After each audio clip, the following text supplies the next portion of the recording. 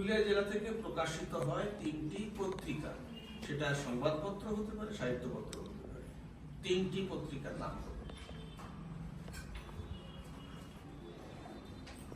বেশ, আমি কি উত্তর দেবো না? এই মুহূর্তে আমার মনে পড়ছে পুরুলিয়া থেকে বার ভাই অতি বিখ্যাত পত্রিকা পুরুলিয়া দর্পণ, এছাড়া সীমান্ত দর্পণ, এছাড়া দাদুর বলে একটি পত্রিকা বার হয়েছে। আচ্ছা, পুরুলিয়া থেকে প্রকাশিত একটি দৈনিক পত্রিকা, পুরুলিয়া থেকে প্রকাশিত সাহিত্য পত্রিকা। দৈনিক? হ্যাঁ, দৈনিক। দৈনিক পত্রিকা সেপারেট প্রশ্ন, সাহিত্য পত্রিকা সেপারেট। অনরিজু বলে একটি পত্রিকা বার হয়েছে। হ্যাঁ, সেটা কোন বর্গের পত্রিকা? এটি লোক সাহিত্য। ঠিক আছে, এবার আমি আসছি তোমার সিলেবাসের ব্যাকরণ অংশে, একটুখানি আসছি। শব্দার্থ পরিবর্তনের 3টি কারণ কি কি?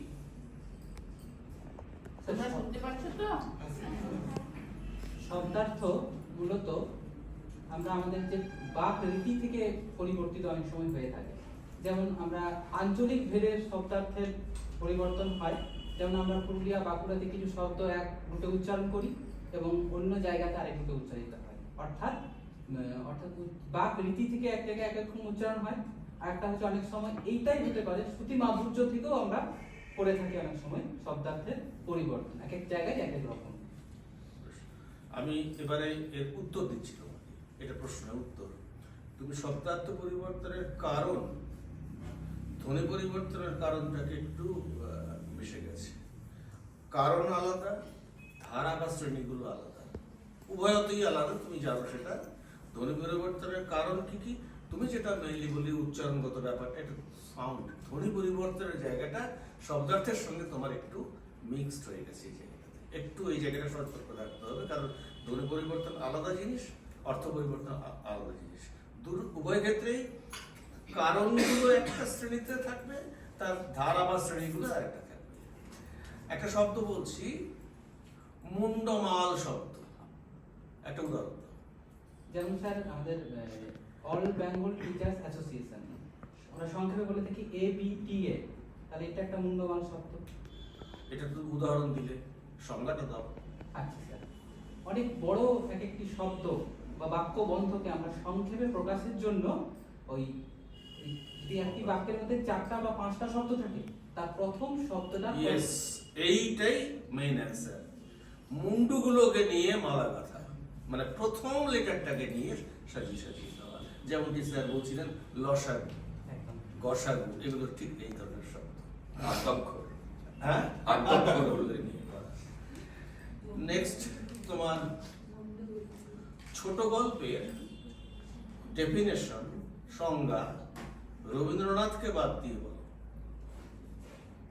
বর্তমান এই যে কোনো ডেফিনেশন, রবীন্দ্রনাথের সেই বিখ্যাত যে লাইনগুলি ছোট প্রাণ, যেটা সবাই বলে, ওটা বাদে বলো। স্যার আমি ছোট গল্প বলতে পারি যে ছোট গল্প এইগুলোই যেখানে কি একটা ছোট পরিসর, অনেক ক্ষেত্রে একটু সামান্য বৃহৎ পরিসরেও জীবনের একটা খণ্ড অংশ, একটা দিককে ফুটে ওঠে, অর্থাৎ সাধারণের মধ্যে অসাধারণের প্রতিচ্ছবি উঠে আসবে। ঠিক আছে, এবং তোমাকে অ্যাডিশনালি বলছি, একমুখী চমক দেওয়া, একমুখী বক্তব্য, চমক দেওয়া স্বভাব, সাধারণভাবে থাকে। এটা তো স্যারদের ইংরেজির মতো সেই এক কথাই আসতে হবে। আচ্ছা, প্রথম বাংলা ছোট গল্প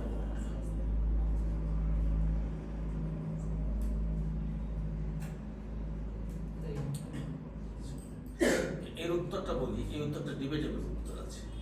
প্রথম বাংলা সার্থক ছোট গল্প লিখেছেন রবীন্দ্রনাথ ইত্যাদি, এটাই বলা হয়। কিন্তু ছোট গল্পের যে প্রস্তুতি পর্বটা ছিল, সেখানে বঙ্কিমচন্দ্রের ভাই সন্দীপ আরেক ভাই ছিলেন,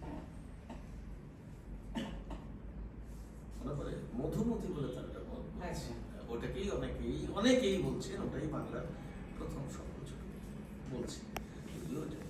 বিতর্কিত উত্তর, কিন্তু তুমি বিষয়ে বিতর্ক থাকলেও উত্তরটা দিলে পরে ওরা খুশি হবে যে তুমি জানো জিনিসটা।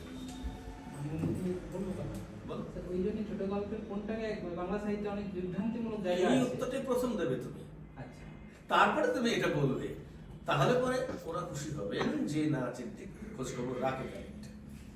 আচ্ছা, ক্রীড়া সাহিত্য একটা উদাহরণ। আমাদের বহুল পঠিত আমাদের দশম শ্রেণীর পাঠ্যক্রমেও আছে মতি নন্দীর কোনি। হয়, খুব সুন্দর। ঠিক আছে, সাবজেক্ট নিয়ে আমি আরো তো আছে, সময় লাগবে। আমি একটু বলি,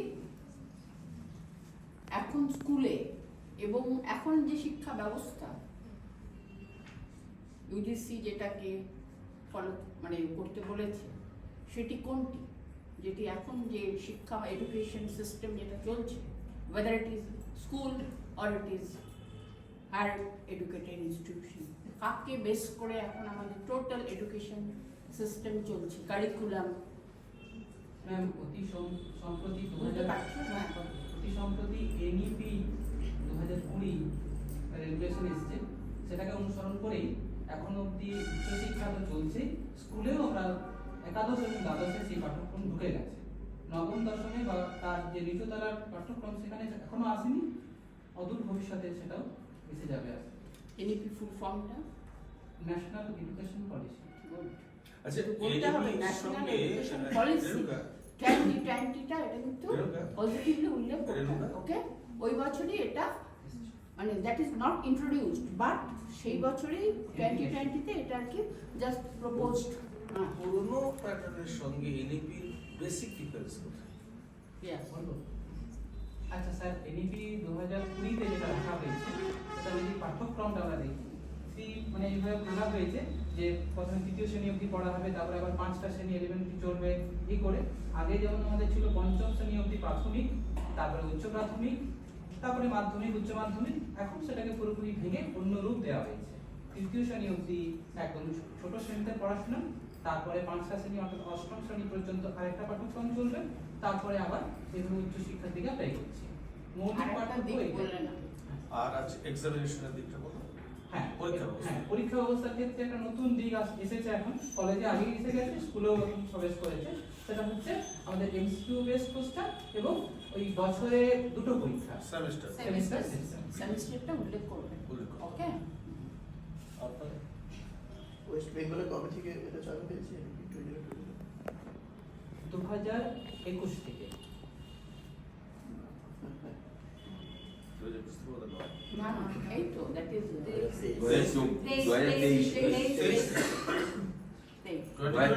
ওটা ইমপ্লিমেন্ট হয়েছে 23 থেকে একাডেমিক্যাল। স্কুলেরটা বলতে পারো না, স্কুলে কবে থেকে চালু হয়েছে? স্কুলে সত্য এই বছর থেকেই আমরা এই বছর প্রথম পরীক্ষা দেখলাম, উচ্চ মাধ্যমিকের তার পরীক্ষা। মানে কবে থেকে ইন্ট্রোডিউস হয়েছে স্কুলে? অর্থাৎ এক বছর আগে, অর্থাৎ 23 শেষ, 24 পাঠ্যক্রম থেকে আমরা সূচনা চব্বিশ, কিছু ইন্ট্রোডিউস হয় একাডেমিক বলতে হবে 24-25 সেশন। ওকে, এভাবে বলবে 2024-25 সেশন থেকে ইন্ট্রোডিউস হয়েছে স্কুলে। হ্যাঁ, কলেজে 2023-24 সেশন থেকে শুরু হয়েছে শিক্ষাবর্ষ। এরভাবে আচ্ছা, ওকে। আমি তোমাকে একটা কবিতার লাইন বলবো, তুমি বলবে এতে বাংলা সাহিত্য ছাড়া, সাহিত্যের অংশ ছাড়া অন্য কোন সাবজেক্টের রিলেশন আছে তার সঙ্গে। এটা অন্যরকম প্রশ্ন। রবীন্দ্রনাথের কবিতা, খুব বিখ্যাত কবিতা। দূরে বহু দূরে স্বপ্ন লোকে উজ্জয়িনী পুরে, খুঁজিতে গেছিনু কবে শিপ্রা নদী পারে, মোর পূর্ব জন্মের প্রথম প্রিয়ারে। এর মধ্যে বাংলা ছাড়া আর কোন সাবজেক্টের সংযোগ ঘটে গেছে? এই লাইনটা থেকে যদি আমাকে স্কুলে এই লাইনটা দিয়ে দিলে এবং এটার উপর পাঠ দিতে হয়, সেক্ষেত্রে আমি দুটো সাবজেক্টের পার্সপেক্টিভে পড়াতে পারবো। আমি তোমাকে ডেমনস্ট্রেশনটার জন্যই এই প্রশ্নটা করলাম, তুমি এটার ব্যাখ্যা দাও আমাদের কাছে। এক হচ্ছে স্যার এই শিপ্রা নদী, উজ্জয়িনী, তাহলে আমরা ভৌগোলিক প্রেক্ষাপট পাচ্ছি, এর সাথে বলতে পারি ঐতিহাসিক প্রেক্ষাপটও আছে। ঠিক, এই দুটো দিককেই আমি তুলে ধরার চেষ্টা করবো। Fine, ঠিক আছে, এটাই জানতে চেয়েছিলাম। উইক স্টুডেন্টের জন্য কি স্ট্র্যাটেজি নেবে পড়ানোর? সামগ্রিকভাবে যদি দুর্বল ছাত্র আমার চোখে বা আমি দেখি আমার ক্লাসে কিছু ছাত্র পিছিয়ে পড়ছে তথাকথিত ভাবে, তখন আমি তাদেরকে অতিরিক্ত ক্লাস প্রথমত দেবো। প্রথম সামগ্রিকভাবে ক্লাসে যদি তারা উঠে আসতে পারে খুবই ভালো, না হলে আমি তাদেরকে অতিরিক্ত ক্লাস প্রদানের চেষ্টা করবো। সেটা তো সীমিত টাইমের মধ্যে কি করে করবে? তাদের প্রথমত আমি ক্লাসরুমেই চেষ্টা করবো তাদেরকে নিয়ে আসা, কিন্তু সেক্ষেত্রে যদি না হয় আমি তাদের ক্ষেত্রে এক্সট্রা কেয়ার হিসাবে আলাদা ক্লাসের মানে স্কুলের অতিরিক্ত সময় টিফিন সময় বা অন্য সময় আমি সেই চেষ্টা করব, কারণ আমাকে এককভাবে তার দিকে চেষ্টা করতে হবে, সামগ্রিকভাবে তারা হচ্ছে না বলেই সে পিছিয়ে পড়ছে।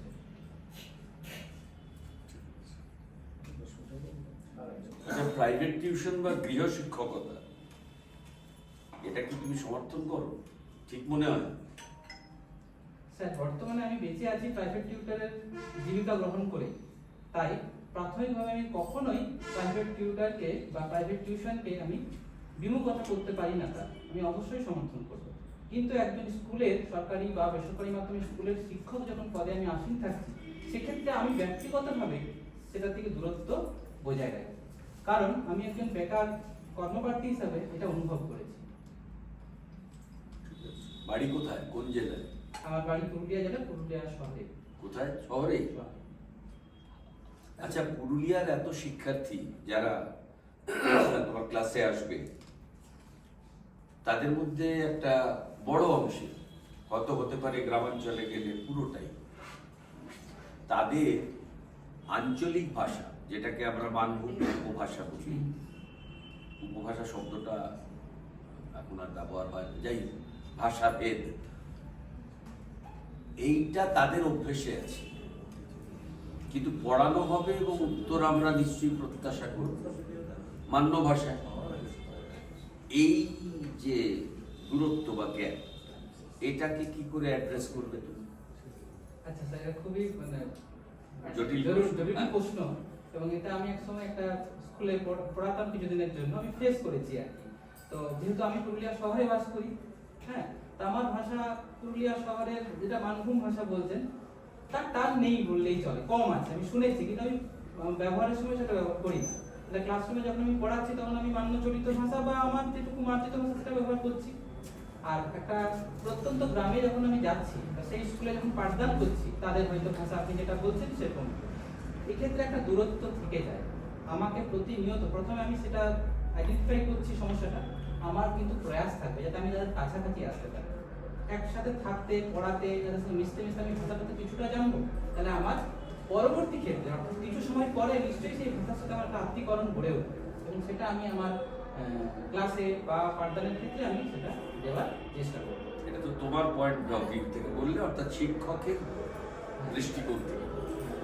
আমি শিক্ষার্থীর দৃষ্টিকোণ যদি বলি, ধরো কোনো শিক্ষার্থী, আমাদের এরকম একটা লেখা আছে এনার সাবজেক্ট, তখন ওরা রাজাকে লেতাড়ায় নিয়ে, আমি বুঝতে পারছি না। তুমি তো বুঝতে পারছো না, যদি বুঝতে পারো তুমি কি পুরো নম্বর দেবে? তখন ওরা রাজাকে লেতাড়ায় নিয়ে, এটা একটা জটিল প্রশ্ন, সেটা নিয়ে কোনো, আমি এখন শিক্ষক হিসেবে যখন থাকবো, আমার প্রধান শিক্ষক থাকবেন, তার আন্ডারে আমি কাজ করব, এখানে ভাষা শিক্ষক হিসেবে আমি কাজ করব বাংলা। এটা একটা জটিল প্রশ্ন, এবং এটা নিয়ে আমার মনে হয় ভাবা উচিত, পাঠ্যক্রম যারা নির্ধারণ করছে, প্রদান করছে, তাদের ক্ষেত্রে বোধহয় ভাবা উচিত। আমার এক্ষেত্রে কোনো উত্তর আমি এই মুহূর্তে আমার জানা নেই স্যার, অজানা। দেখি ঠিক বলেছো, খুব ভালো, খুব ঠিক, খুব একদম ঠিক বলেছো, উত্তরটা একদম ঠিক, কারণ এটা খুব বিতর্কিত বিষয়। ঠিক আছে। এবং তুমি ওকে ইগনোর করতে পারো, আচ্ছা, ইগনোর করতে পারো। হ্যাঁ, ঠিক আছে, thank you. এই মুহূর্তে না ঠিক আছে, Thank you. ঠিক আছে। ধন্যবাদ।